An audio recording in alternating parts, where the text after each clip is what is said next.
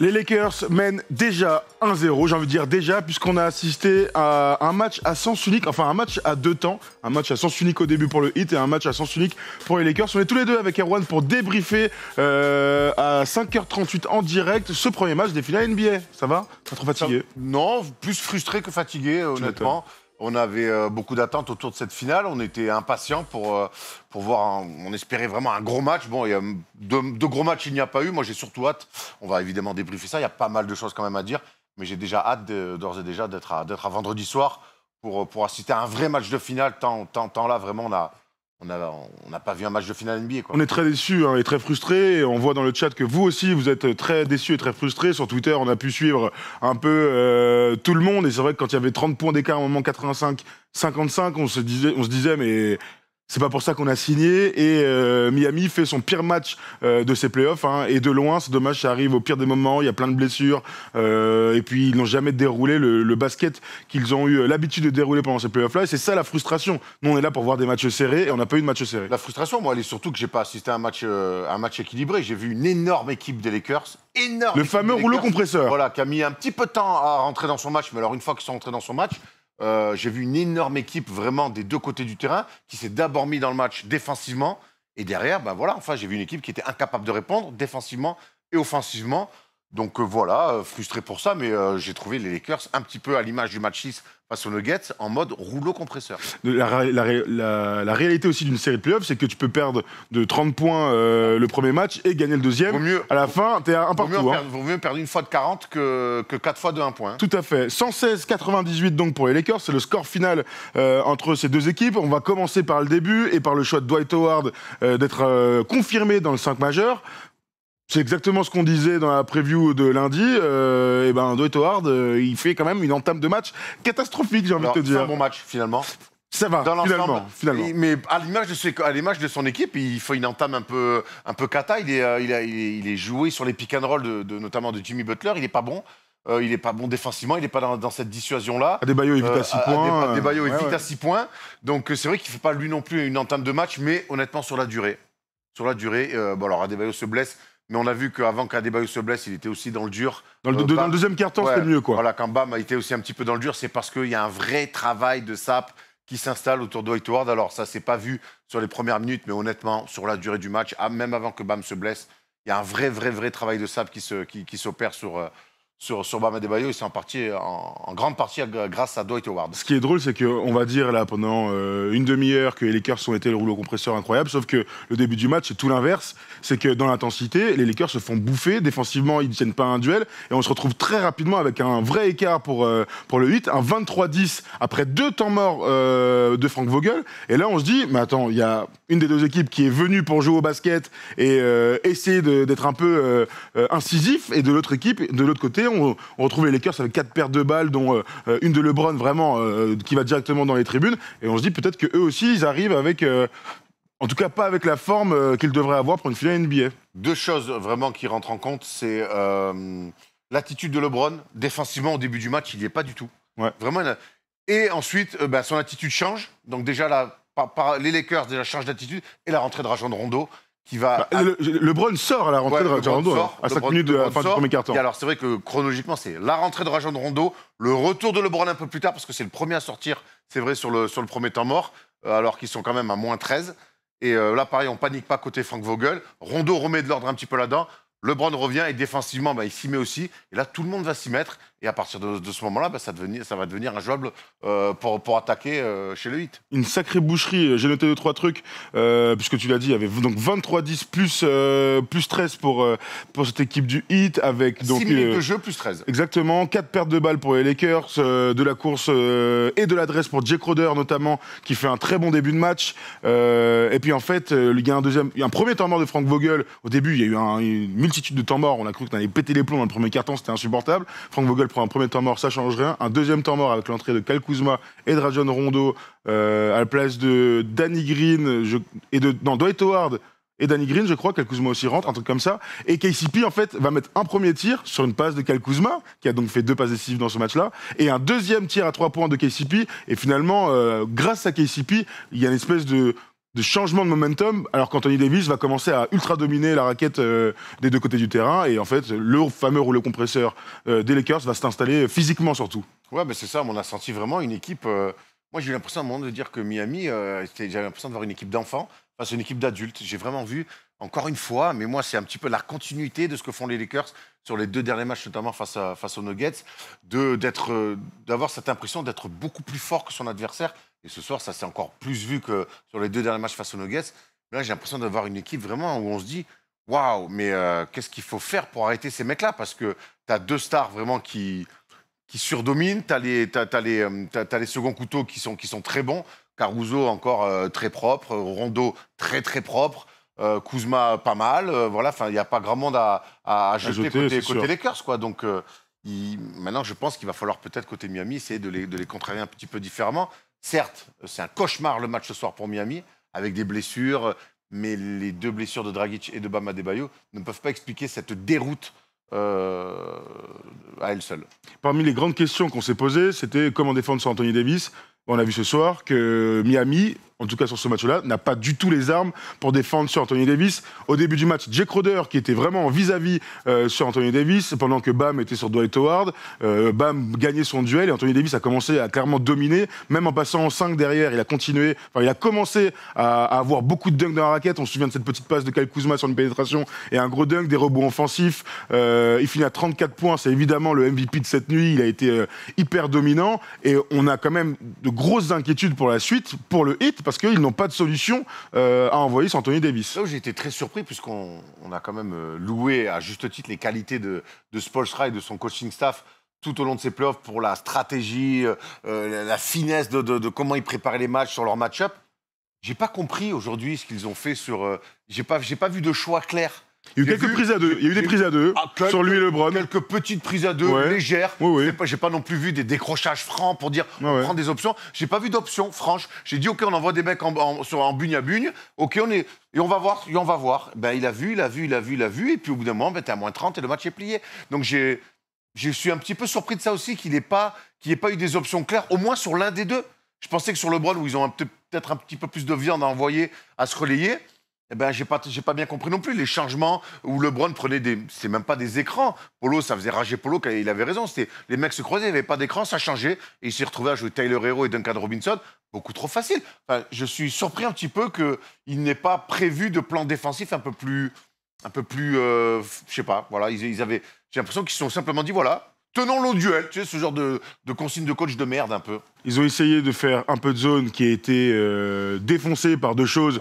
Les pénétrations, ils n'ont pas beaucoup insisté non plus. Les pénétrations des Lakers et une adresse extraordinaire. Donc les Lakers finissent la première mi-temps à 11 sur 17 à 3 points. 11 tirs à 3 points marqués pour les Lakers. C'est un record de franchise égalé en play-off. Donc c'est bien la preuve que cette équipe était prête à jouer, malgré le début de match, on l'a dit, entaché par 13 points d'écart quand même pour le Heat. Derrière, quand ils se sont mis en route, Danny Green a mis dedans, KCP a mis dedans, Rajon Rondo a mis un tir, LeBron a mis un tir au début. Et c'est vrai que si les Lakers sont très forts à l'intérieur, ça on le sait, mais en plus ils ajoutent de l'adresse à 3 points, effectivement, ils sont injouables et on se retrouve avec un delta de 30 points entre le 23-10 après 6 minutes et à la mi-temps, ils sont à 68-45. De toute façon, il y a eu 68-45. Il y a eu 32 points d'écart, je crois, au maximum, un truc comme ça.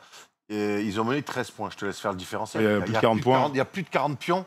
En finale NBA, tu n'as pas le droit, honnêtement, peu importe les conditions, ce qui se passe sur le terrain, tu ne peux pas prendre un 40 points d'écart comme ça sur 2 quarts-temps et demi. Parce que ça allait très vite. Hein. Plus 13 au moins 30, c'est allé trop vite pour nos amis de Miami. Pour la plupart, à part Iguodala, ils prenaient aussi la température, ils découvraient ce qu'était une finale NBA. Voilà, messieurs, vous avez découvert ce qu'est une finale NBA face à des mecs plus expérimentés. Voilà, il y a un match qui est bien, c'est qu'il y a un match de rapidement. Mais là, honnêtement, on attend clairement autre chose du 8. Hein. On attend autre chose du 8, mais là, je pense que sur le premier, même si sur ce premier match, on doit évidemment mettre en avant les lacunes, j'ai quand même l'impression que c'est vraiment les Lakers qui sont allés le chercher. Ah oui. Tu vois, on dit qu'il y a un écart entre les 2 équipes. Moi, je pensais pas qu'il y avait, en tout cas sur ce premier match, hein, vraiment, il n'y a pas de conclusion active, mais je pensais pas qu'il y avait autant d'écart entre les 2 équipes. À un moment donné, dans le 3e quart-temps, le nombre de rebonds offensifs de Dwight Howard et Anthony Davis, tu ne peux pas jouer contre cette équipe en jouant petit. C'est une réalité, tu peux pas être qu'avec des extérieurs et peut-être un pivot qui va essayer de les tenir. Tu peux pas jouer comme ça. Mais c'est ce qu'il en sort. On les a vus quand même souffrir terriblement quand il y avait Howard, Magui n'a pas joué, hein, Howard et Davis sur le terrain. Sur le troisième quart-temps, on les a vus en grande souffrance. Et on s'est dit, ben là, oui, effectivement, on a fait ce constat-là de se dire, ben non, en fait, alors tu peux pas tout renier, on en reparlera tout à l'heure dans les ajustements, ce que tu es, mais à un moment donné, tu es obligé aussi de... Quand des adversaires ont des forces comme ça, aussi fort, j'ai envie de te dire. Aussi perceptibles, enfin des forces aussi reconnues, tu ne peux que t'adapter. Tu ne peux que t'adapter. Là, tu es trop dominé sur ce secteur-là, pour ne pas t'adapter. À voir maintenant ce qui va se passer au match 2, mais on le savait un peu que sur la taille, ils allaient morfler. On l'a très vite senti. J'ai l'impression que j'ai trouvé que même Eric Spoelstra a beaucoup subi aussi. Alors certes, on n'a pas retrouvé le jeu d'attaque du 8, hein, clairement. 8, mais en même temps, quel crédit incroyable de Duncan Robinson. 0 points. De mémoire, je le vois prendre 2 tirs à 3 points sur le match. 3 tirs en tout, 27 minutes. Ils ont été forts ils ont sorti les mecs des écrans. Tu sais très bien que moi j'adore ça. C'est-à-dire qu'ils ont tout anticipé. Je pense qu'ils ont fait énormément de vidéos. Les mecs sur les mains à main, les pick and roll ou les écrans à l'opposé. Hop, je te contacte en premier, je te sors de l'écran. Donc ils étaient tout le temps overplay. Et du coup, on n'a pas retrouvé ce rythme qu'ils avaient en attaque, ce rythme infernal sur lequel les Bucks et les Celtics se sont cassés les dents. On peut rajouter les Pacers au premier tour. Là, clairement, ils n'arrivaient pas à faire 3 passes d'affilée. Il y avait plus ce jeu de flasher au cercle, de trouver des choses au large. Ils ont été coupés de partout. Ils se sont fait casser la gueule. Et physiquement, chaque fois, les Lakers ont fait un pas de plus pour... C'est moi qui réduis la distance en premier. C'est moi qui impose un combat physique sur tous les postes. Et ils ont clairement gagné à ce jeu-là pour l'instant. Quelques stats pour aller dans ton sens. On est en train de voir justement, regarder 45% au tir pour les Lakers, qui est bien 42 pour le Heat. Il n'y a pas eu trop de ballons perdus dans ce match-là, à part au début. Alors 4 pour les Lakers, ils finissent à 12. C'est qu'ils ont réussi à conserver le ballon et à en prendre soin. Pas mal de passes décisives des deux côtés, 26 et 23. Et parmi les stats très importantes, le Heat a pris 36 rebonds dans ce match. Les Lakers, pendant ce temps-là, en ont pris 54. Donc la domination, elle était visuelle, aucun doute. Mais alors dans les chiffres, elle est encore plus parlante. 46 points dans la raquette marquée par le Heat, 38 seulement par les Lakers. Et pourtant, tu as eu cette sensation que physiquement, le Heat n'était pas prêt. On va en parler dans quelques minutes par rapport aux ajustements. Et ce qu'on aimerait voir, on a vu Kelly Olynyk enfin jouer, puisque la première rotation de Bam Adebayo, parce qu'il prend 2 fautes dans le premier quart-temps, c'est Solomon Hill. Alors ça, c'était... Même s'il a joué un peu dans ce run de play-off, il n'empêche on ne peut pas imaginer, quand il y a Anthony Davis d'un côté, que le plus grand, ce soit Iguodala ou Solomon Hill. Enfin, sinon, il y a un truc qui ne peut pas fonctionner. Ils ont beaucoup trop souffert là-dessus. Ça a été vraiment un désossage, quoi. Pour moi, c'est la première chose à dire dans ce match-là. C'est qu'il y avait des grands et des petits, quoi. On avait l'impression de voir un tour de Coupe de France quand une équipe de Pro A jouait une équipe de N2. Tu vois, c'est vraiment là. Moi, je me suis dit, waouh, mais c'est pas possible de se faire démolir à ce point-là. Maintenant, voilà, il y a 15-0, ils le savent, mais en tout cas, ils doivent s'ajuster là-dessus, quitte à aller à 5 au rebond, faire des écrans de retard, prendre plus de fautes, durcir, je sais pas, jouer plus grand. On verra tout à l'heure, moi, comment l'adaptation que j'imagine. Mais ce qui est sûr, c'est que sur cet aspect-là du jeu archi important qu'est le rebond, tu peux pas laisser Anthony Davis se balader comme il l'a fait. Je regarde quelques commentaires en même temps. Super, merci Polo, tu nous affiches tout ça. Il y a Jepar 1223 qui nous dit la zone ne marchera pas avec des joueurs comme Davis et LeBron qui, à 3 points et à l'intérieur, arrivent à dominer. Intéressant ce commentaire parce que oui, alors la zone, moi j'aurais aimé te dire oui, tu as raison. Ils l'ont pas. En fait, ils n'avaient pas les armes physiques, même j'ai l'impression. Ils n'avaient pas l'intensité pour mettre en place un truc. Cette zone-là, ils l'ont pas fait beaucoup, très peu. Ils l'ont fait à un moment donné. On a fait tiens, ils sont passés en zone. Et puis derrière, on se dit, tiens, en fait, ils sont passés en zone. Donc moi, de mémoire, je vois 3-4 défenses de zone, pas plus sur le match. Où ils sont fait ouvrir par LeBron notamment. Ils sont fait ouvrir. Avec des lay-ups. Ils ont quand même une certaine certitude sur cette zone. Peut-être que quand tu grailles comme ça, en homme à homme, tu as le droit aussi de te donner un petit peu plus de temps, de peut-être laisser la zone s'installer et d'essayer de faire douter les Lakers. Parce qu'on a vu que sur homme à homme, ils se faisaient détruire. Donc là, c'est pareil, c'est une arme qu'ils peuvent avoir. Alors certes, peut-être sur les 2 premières attaques, elle n'a pas marché, mais peut-être que là-dessus, il faut peut-être un peu creuser un peu plus. Il y a un copain qui dit un vrai truc, c'est qu'il y a cette action qui est un peu symbolique de tout ça, c'est que sur l'une des premières zones où ils défendent mal, Danny Green se retrouve tout seul à 45, sur le elbow, il envoie une filoche et ça coupe un peu l'air sous le pied de la zone. Comme tu dis, ils défendent mal. Donc, plus, c'est une défendent erreur. mal, C'est hein. Iguodala, je crois, qui s'oublie. C'est Jimmy Butler qui met du temps. Jimmy Butler, exactement. Jay C'est Jimmy Crowder Butler remonte. Jay Crowder qui vient, qui ouais. lâche la balle, Butler met du temps. Bon, c'est une vraie erreur un peu de base hein, sur l'attaque de zone, avec le mec à l'opposé qui vient combler le temps que le mec en haut vienne. Lui, chaque fois, et normalement, c'est même presque Jimmy Butler qui doit venir chasser presque Jay Crowder, si on reprend l'école de basket. Bon, c'est une erreur. En plus, c'est une erreur, on l'a comprise, on sait d'où elle vient. Et tout de suite, t'arrêtes la zone. Normalement, non.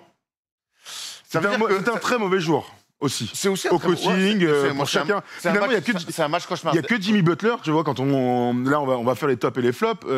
Parmi les flops, en fait, on met absolument toute l'équipe du Heat, mais on peut rajouter le coaching staff et les choix faits dans ce début de match. Alors, la vérité d'un match, c'est évidemment pas celle d'un autre, mais là, j'ai eu l'impression qu'ils étaient tous en dedans, malgré une avance de 13 points au bout de 6 minutes. C'est ça qui est dingue. Ça, c'est assez incroyable. Maintenant, tu parlais, les flops, on peut mettre les choix qui ont été faits. Moi, je dis surtout les non-choix. J'ai pas vu d'option sur LeBron James. J'ai pas vu d'option sur Anthony Davis. Et alors, tu sais que ces deux mecs-là vont te massacrer. Tu sais que le danger va venir de ces mecs-là. Que un te tue, ok, mais il faut que l'autre, on arrive à le réduire. Tu vois, les deux ne peuvent pas briller aussi facilement qu'ils l'ont fait ce soir, sans qu'on voit une option. Après, si les mecs, on sait que les mecs sont très forts. Oui, si, sur la 45. Mais au moins, on dit, on tente ça. Ouais. Et si on perd avec ce choix-là. Là, moi, ce soir, j'ai pas vu de choix. J'ai juste vu 5 mecs qui sont rentrés. Tu sais, comme on fait un peu... moi, je prends lui, moi, je prends le 15. Hop. Chacun a pris son joueur. Et chacun a perdu son match-up. Mais il n'y a pas eu de choix collectif. Et ça me surprend de la part d'Eric Spoelstra. Qui est un très fort coach défensif. Spo joue à quoi? À un moment, il y avait Derrick Jones Jr. sur LeBron. Il a essayé Derrick Jones Jr. aussi dès le début. Alors, effectivement, Derrick Jones Jr. a joué la fin du match. Il a pris des drives fous par LeBron, qui a joué pas mal en post-up et qui était assez agressif comme ça. Et de toute manière... Il y a trop de lay-up. Mais ça, on le disait déjà contre Denver.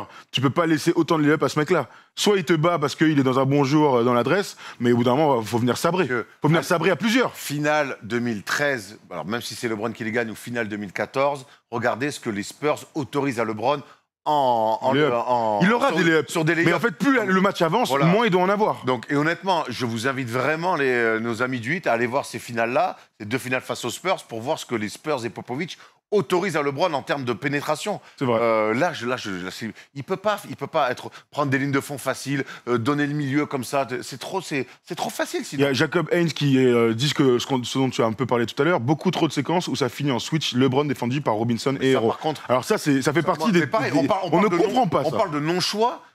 Donc là maintenant, on dit vraiment, quand tu joues avec Herro, Dragic ou Robinson, chaque fois qu'il y en a au moins 2 sur le terrain, on change sur tous les écrans. Pas sur LeBron. C'est une vraie consigne, ça. Quand t'as Crowder sur le terrain, Iguodala, Butler, on change quand même. Surtout que c'est des switches, tu sais, c'est pas genre le défenseur, enfin l'attaquant qui est sur Robinson ou sur Herro, qui vient poser un écran pour le jouer. C'est vraiment... on le voit tout le temps en ce moment, mais je pose un écran pour provoquer un switch, mais switch facile. Derrière LeBron, mais il s'en régale. Il est là, il a 2 mètres de ligne à 3 points. Il fait bon, attends, je vais t'attaquer. Hein. Et puis facile, hein. Je vais faire une feinte, tac, je vais passer mon speed move, il y aura une passe D ou un lay-up ou une faute, et puis je vais le répéter. On a vu avec LeBron sur Jamal Murray qu'ils sont capables, les gars, de garder un minimum, en tout cas en strict, leur vis-à-vis. Moi, je ne comprends pas pourquoi Iguodala ou Crowder ou n'importe qui d'autre, ou même Butler, ne se retrouve pas, quoi qu'il arrive, devant LeBron. Et si une fois il arrive à passer en vitesse, il y aura de l'aide. Au moins, il y a une défense collective intéressante. Mais tu ne peux pas jouer comme ça. Ce changement systématique sur des faux écrans qui sont même pas portés, je ne comprends pas. Mais les spécialistes du poste en défensivement sur LeBron, s'il y a un pick and roll, le mec, le défenseur du picker fait un peu de contrôle. Peut-être pas un step back, mais fais un peu de contrôle le temps que le défenseur LeBron récupère. Mais au moins t'essayes. Et si t'es battu 3 fois de suite, on en parle. On adapte. Mais là, c'est changement automatique pour se retrouver avec Duncan Robinson. Alors, on aime beaucoup Duncan Robinson, mais là, quand même, défensivement, pour défendre sur LeBron James, c'est ridicule, quoi. Comment t'as trouvé LeBron ce soir? Facile. Est-ce que t'as eu l'impression qu'il a dû s'employer? Non. Je l'ai trouvé très facile, pas du tout mis en difficulté. D'ailleurs, il commence le match, il défend pas une cacahuète. Ah ouais, c'est clair. Jimmy Butler sur un jeu sans ballon, vient dans le corner, il shoot. L'autre, LeBron l'a complètement oublié. Et après, gentiment, il s'est mis en rythme. Il met une énorme première filoche. Et après, il s'est mis en confiance sur des choses à lui, de la passe et surtout des lay-ups et en allant chercher des match-ups favorables. Est-ce qu'on n'a quand même pas l'impression qu'il joue 36 minutes, il doit jouer 6 minutes de moins, non? Alors, c'est plus 30, plus 20. Ça marche pour Butler aussi, que le match est plié. Alors qu'il a une entorse. Alors qu'il s'est fait une entorse. Et il y a Dragic qui est déjà out et Bam déjà donc, out. Il faut lancer. Et pareil, il remet LeBron et AD. Il y a AD, alors que le match est plié. Pour AD, moi, je comprends pas trop. Parce qu'en plus, il touche plus la balle. Pour LeBron James, après, je sais que les Américains réfléchissent vite. Et je me dis, attention, l'autre, il est à 35. Mais il a déjà marqué des points pour la course au MVP. C'est l'année 2020, c'est Kobe. LeBron dans la legacy, il faut peut-être qu'il soit MVP des finales. Peut-être qu'il le laisse plus. Pour moi, il est sur le terrain parce qu'il cherche le triple-double. Parce que sportivement, honnêtement, quand le match est plié comme ça, je ne vois aucun intérêt. En face, c'est Solomon Hill. Kendrick Nunn. Il y a un 5 du 8 qui n'a ni queue ni tête. Et tu continues à mettre LeBron. Pour moi, je ne vois aucune logique sportive. Donc voilà, la seule réponse que je peux avoir, mais je peux me tromper, c'est de me dire il faut qu'il ait un triple-double parce qu'au moment où il va falloir filer le titre de MVP, ça va faire tâche si c'est Anthony Davis qui est à la place de LeBron. Vaut mieux qu'il sorte du premier match à 25, 13 et 9 comme ça, plutôt qu'à 21, 11 et 7. Quoi. Sachant qu'il a fait 7 passes décisives très très rapidement dans le match. Mais bon, il fait un très gros match. Pour nous, le MVP, Anthony Davis, parce qu'il a dominé tout du long, mais les deux étaient tranquillement à leur niveau, sans problème. Hein. Quand il y a l'écart, quand l'écart se creuse milieu de premier quart-temps et jusqu'à la mi-temps, c'est Anthony Davis. On voit que lui. On voit que lui, absolument. Pour un mec qui tournait à 42 minutes, quand même, 36, c'est tranquille. Tu as entièrement raison, mais il aurait peut-être pu jouer un peu moins, parce qu'une série, c'est long. Enfin, en tout cas, nous, on souhaite qu'il y ait une série un peu plus longue. On va aller sur les tops et les flops. Voici les tops qu'on vous propose, et puis ça nous permettra de parler des flops un peu plus en détail de chaque joueur du côté du Heat. Anthony Davis, évidemment. LeBron James, évidemment. Et l'adresse, on l'a dit, donc 11 sur 17 à la fin de la première mi-temps. Bravo à Tom, hein, le graphiste, pour ce petit... pour la cible. Ah ouais, drôle de fantaisie. Bravo pour la cible, mon cher Tom. Il finit ce match-là, les Lakers, à 3 points, à 15 sur 38, presque 40% au tir, donc 11 sur 17. Ils ont bien vendangé, surtout notre ami Danny Green, hein, en deuxième mi-temps. Mais les Lakers, par cette adresse, ont montré qu'ils étaient très concentrés et très focus sur leur objectif. Après, c'est un peu un secret de polichinelle. Tu sais que quand au basket, tu mets dedans, et qui plus est les Lakers, t'es très fort. Et là, c'est vrai que les deux paniers à 3 points de KCP, le premier 3 points, c'est Anthony Davis qui le met, mais après, ils sont un petit peu struggle. Et les 2-3 points de KCP, là, boum, ils ouvrent quelque chose. Caruso en met dans le corner. Très bien. À la fin de la première mi-temps, ouais. Et puis ensuite, ils ont un vrai passage. Rondo en met. Et puis derrière, c'est rouleau compresseur. Et dès que les lieutenants sont à droite, ça fait beaucoup. Là, ça fait beaucoup. Après, moi, j'aurais rajouté vraiment la défense. Parce qu'on a tellement parlé de ce jeu d'attaque de Miami qui était un enfer à défendre. Le problème, c'est que quand les mecs bougent dans tous les sens, faut les contacter. Et c'est exactement ce qu'ils ont fait. Honnêtement, c'est compliqué. On pourrait peut-être faire une palette la prochaine fois, mais parce que c'est très compliqué, surtout qu'on fait du live. Mais si tu vois chaque fois que les Duncan Robinson, Tyler Hero, off the ball, quand ils veulent aller jouer des mains à main et tout, comme ils sont tout le temps contactés, les mecs les sortent et tu peux pas aller aux mains à main. Ils se sont fait rentrer dans la gueule et ça, c'est un énorme travail défensif parce que des mecs qui courent de partout, c'est toujours très compliqué. Et loin du ballon, ils ont tout le temps mis les réductions de distance qu'il fallait et les bumps. Et ça a changé pas mal de choses dans le jeu de Miami. De toute façon, la meilleure image, c'est évidemment Duncan Robinson qui finit à 0.0 sur 3 au tir.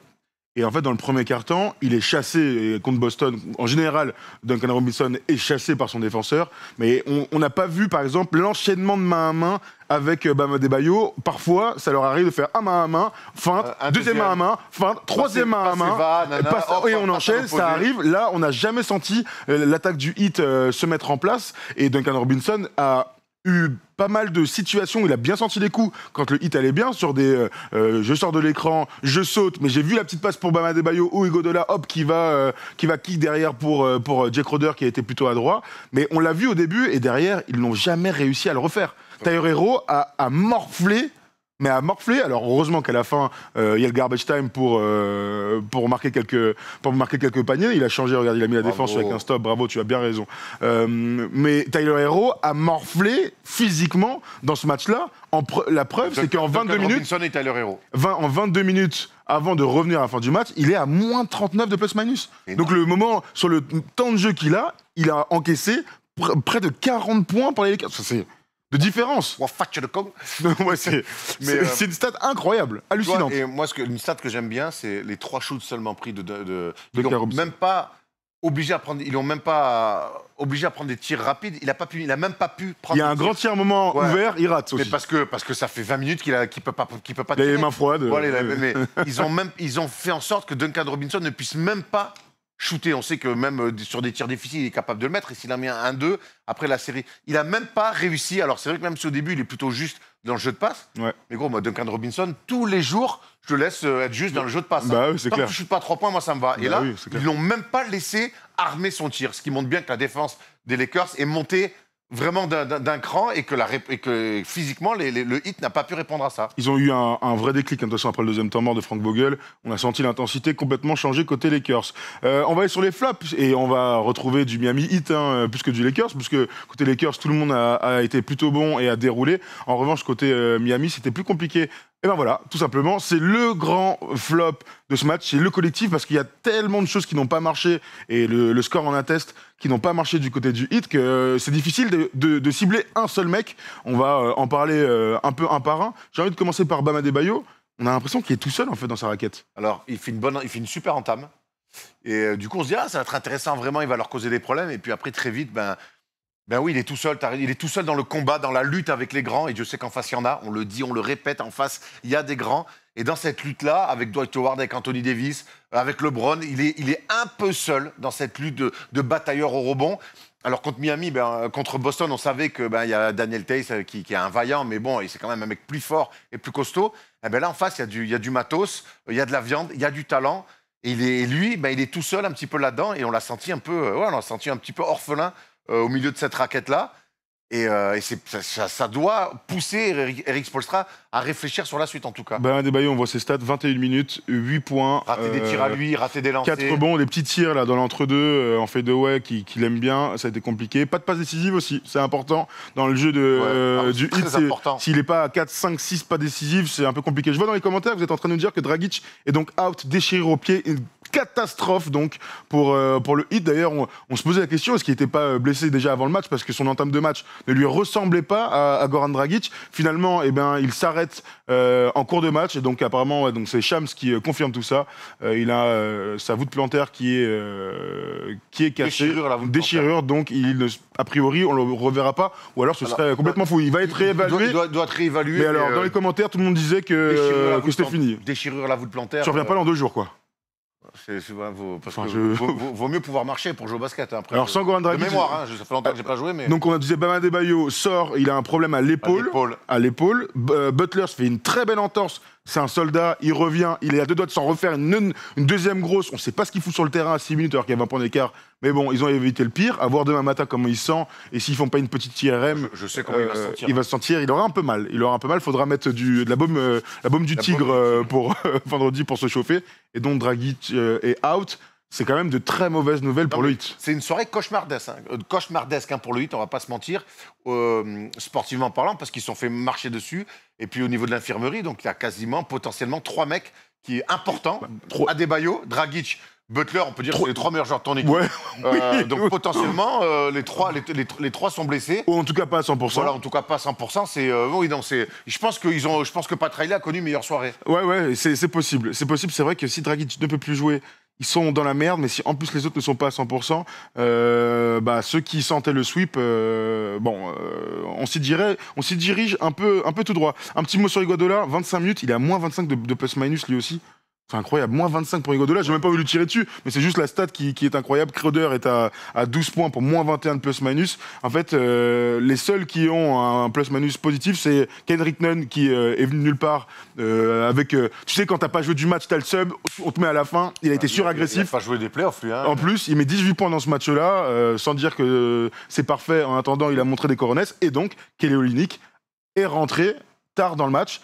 Et toi, tu avais envie de le voir sur ce match-là, sur un match, et finalement, il rentre dans le garbage time. Alors attention, au Kelly Olynyk. T'avais envie de le voir? Mais j'ai toujours envie de le voir. Là, il n'a pas été très bon. Il prend des tirs très compliqués. Le match est plié. Bon, moi, je me souviens quand même de ce joueur depuis le début de sa carrière. C'est un bon joueur de basket. J'avais pas spécialement compris ce qui s'était passé, pourquoi il l'avait benché comme ça aussi radicalement face aux Celtics. Maintenant, ça avait marché. Maintenant, je pense qu'un mec comme Kendrick Nunn sort qu'à la dalle, qui met des points comme ça, un Kelly Olynyk qui, je pense, qui est un vrai soldat, qui peut apporter des choses, parce qu'en plus, c'est un peu un filou, qui peut mettre des coups, qui peut être au large, qui peut causer des problèmes, qui est plutôt un rebondeur correct. Alors, je crois qu'aujourd'hui, il va falloir qu'Eric Spoelstra puisse jongler avec tout son banc. Lui qui avait réduit les rotations terriblement sur la fin de série face aux Celtics. Là, je pense qu'il va devoir peut-être un petit peu aller piocher des forces ailleurs sur son banc. Bon, ça nous amène à cette question, donc, qu'on se posera à la fin de chaque match. Le Heat, donc, s'est pris une tollée, même si finalement ça se finit à moins 18.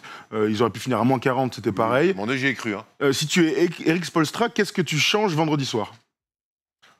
Moi, je crois que la première des choses, c'est qu'il va falloir jouer grand. Alors attention, c'est pas parce que tu perds un match assez lourdement qu'il faut renier tout ce que tu es, tout ce que tu as construit, tout ce que tu as été. Le Heat est une équipe qui joue bien. Qui t'a amené là, surtout. Qui t'a amené là. Le Heat est une équipe qui joue très bien au basket, qui se passe la balle, qui a un jeu sans ballon. Je pense qu'ils vont quelque part, ceux qui ont découvert ce niveau-là, ce soir, vont aussi, eux, step up. Donc déjà, il y aura une attitude qui va changer. J'en suis persuadé. Il n'empêche que je suis persuadé qu'il va falloir qu'il joue plus grand. Je te dis pas de mettre Olynyk dans le 5 tout de suite, de tout changer. Mais à un moment donné, je pense qu'il faut remettre Kelly Olynyk dans le coup parce que, mine de rien, c'est un mec à 2-10. C'est un mec qui prend des rebonds, qui court, qui est un peu basket. En plus, c'est plutôt un bon passeur. Donc voilà, je pense qu'il... Et voire même peut-être envoyer du Myers Leonard pour envoyer du bois. Vraiment, peut-être même envoyer... Mais il va falloir quelque part, sur des séquences, être capable de rivaliser avec la taille et moins souffrir comme ce rebond. Pour moi, c'est la première des choses. Je suis entièrement d'accord avec toi. De toute façon, contre les Lakers, t'as pas le choix. Tu veux pas jouer grand, tu vas te faire défoncer. On l'a vu contre les Rockets. C'est impossible de ne pas jouer grand contre eux. Après, tu vois, tu dis de pas le mettre dans le 5. Non, mais j'ai dit peut-être pas. Ouais, mais le truc, c'est que les rotations de Frank Vogel, elles sont... c'est comme sur Touquet, hein. Elles sont comme ça, linéaires. Tu sais que le premier qui va sortir, ça va être LeBron, et qui va rentrer 3 minutes plus tard pour finir le quart-temps avec Anthony Davis en 5. Tu le sais. Mais ça veut dire que dans ton 5 majeur, donc tes débuts de mi-temps, t'as toujours 2 tours dans la raquette. Et c'est à ce moment-là qu'il faut avoir, pourquoi pas, 2 autres tours dans la raquette. Donc pourquoi pas introniser Kelly Olynyk dans le 5 majeur, ce serait... très osé de voir un truc comme ça, mais en tout cas, ce serait une réponse à une énorme faiblesse de ton équipe. En tout cas, les finales commencent, c'est le premier match. Il vaut mieux s'adapter après le premier match qu'après le 5e. Hein, ouais. Ou peut-être après le 5e, oui. serait déjà fini. Donc aujourd'hui, clairement, je pense que quand tu sors de ce match-là, tu dis OK, ils jouent grand. Et on s'est fait casser la gueule. Mais les Lakers eux-mêmes s'étaient adaptés. Quand tu joues sur des équipes, sur des secteurs de jeu où tu es dominé, et les Lakers face aux Rockets, par exemple. Ils ont dit, Jamal Magui était notre titulaire de toute la saison. Voilà, Jamal Magui, Dwight Howard font du bon taf. On les bench, on va jouer petit, on va s'adapter à cette équipe particulière. Bon, mais voilà, ça a marché. Je crois qu'aussi s'adapter, même si tu as des certitudes dans ton jeu, donc c'est un peu un savant mélange. Faut pas non plus tomber, faut pas chier sur tout ce qu'on construit le Heat, surtout pas parce que je reste persuadé que c'est une équipe qui va revenir plus forte et dans laquelle on va retrouver son basket. Il n'empêche que sur cet aspect-là du jeu, mon gars, au rebond, et face à ces grands-là, Anthony Davis ne peut pas se balader comme ça toutes les finales. C'est pas possible. Imaginez que Crowder puisse défendre sur Eddy, c'est chelou quand même. Oui, moi je partage ton avis. C'était ambitieux. Je partage ton avis. Autre changement, puisque Dragic ne devrait pas jouer le match 2, qui est-ce que tu mets dans le 5 à sa place? Moi, je laisse. Ils ont commencé avec Tyler Hero dans la deuxième mi-temps. Moi, je laisse Tyler Hero en sortie de banc, en 6e homme. Ça ferait peut-être beaucoup pour lui. On l'a vu ce soir quand même. Il a eu du mal quand même à... Et puis, c'est à dire que tu as quand même les deux sur le terrain. Ouais, tu as Tyler Hero et moi, je laisse Tyler Hero en sortie de banc parce qu'on a vu que ce soir, le banc du Heat est catastrophique. Et Tyler Hero qui sauve les meubles, mais malgré... Sur la fin du match. Sur la fin du match, mais qui n'est pas bon du tout. Donc, je pense que lui va revenir fort aussi. Mais quand même, je mets Kendrick Nunn. On se souvient que Kendrick Nunn a été le titulaire toute la saison. Alors, oui. Après, l'éclosion de Tyler Hero a fait en sorte que... Et Dragic, il fallait mettre un tonton quand même dans le 5. Ouais. Mais quelque part, moi, là, aujourd'hui, je relance Kendrick Nunn qui a fait le maille toute la saison régulière, et qui est d'ailleurs dans le meilleur 5 rookie de l'année, et qui a montré ce soir qu'il était prêt à jouer. En tout cas, tu lui refais confiance, au vu des 18 points du dernier quart-temps, au moins qu'il ait sa chance. Après, peut-être qu'il va se cracher complet. Moi aussi, j'irai dans ton sens. Dites-nous dans les commentaires si vous aussi, Kendrick Nunn sera votre titulaire pour Miami vendredi soir. Est-ce que tu as d'autres ajustements? Il y a d'autres choses sur lesquelles tu veux aller? J'ai envie de voir des choix clairs. Défensifs. Moi, je crois qu'il devrait essayer... Quand il fait zone, fais zone. Fais zone 3-4 minutes. Après, si tu te fais exploser au bout de 2 minutes, OK. Mais fais cette zone-là, mets-la vraiment en place. Regarde, vois, fais-les réagir. Déjà, pour moi, c'est la première des choses, parce que c'est quelque chose qu'il maîtrise. Donc déjà, on l'a pas assez vu pour moi, cette zone-là. Ensuite, je veux voir des choix clairs sur les 2 stars. Qu'est-ce qu'on fait sur LeBron? Qu'est-ce qu'on fait sur Anthony Davis? Et pour commencer avec LeBron, je ne veux plus voir de changement où LeBron se retrouve en un claquement de doigts, en bugne à bugne avec Duncan Robinson ou Tyler Hero. Ça ne doit pas exister.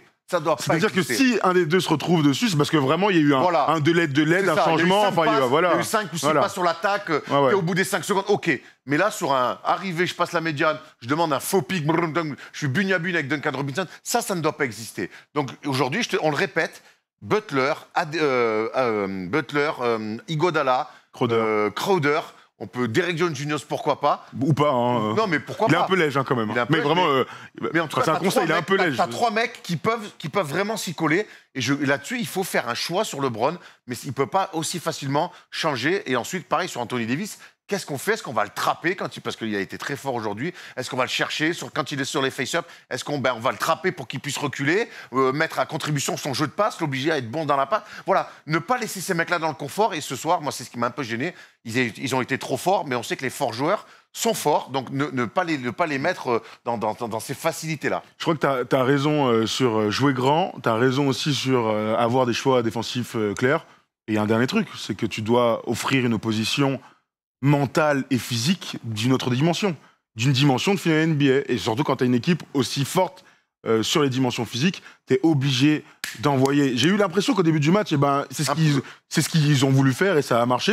Et les Lakers, dès qu'ils ont cliqué comme ça, il n'y avait plus personne en face. Donc ils ont les joueurs pour, clairement, des mecs d'expérience, des gars durs. Mais il va falloir que ça se voit maintenant. Il va falloir que LeBron, il ne soit pas tout le temps layup. Il faut l'envoyer sur la ligne. Vaut mieux que LeBron ait 20 lancers francs à tirer qu'il ait 10 layups à marquer, parce qu'il est tellement fort là-dessus. Et en ça, Kelly Olynyk est bon.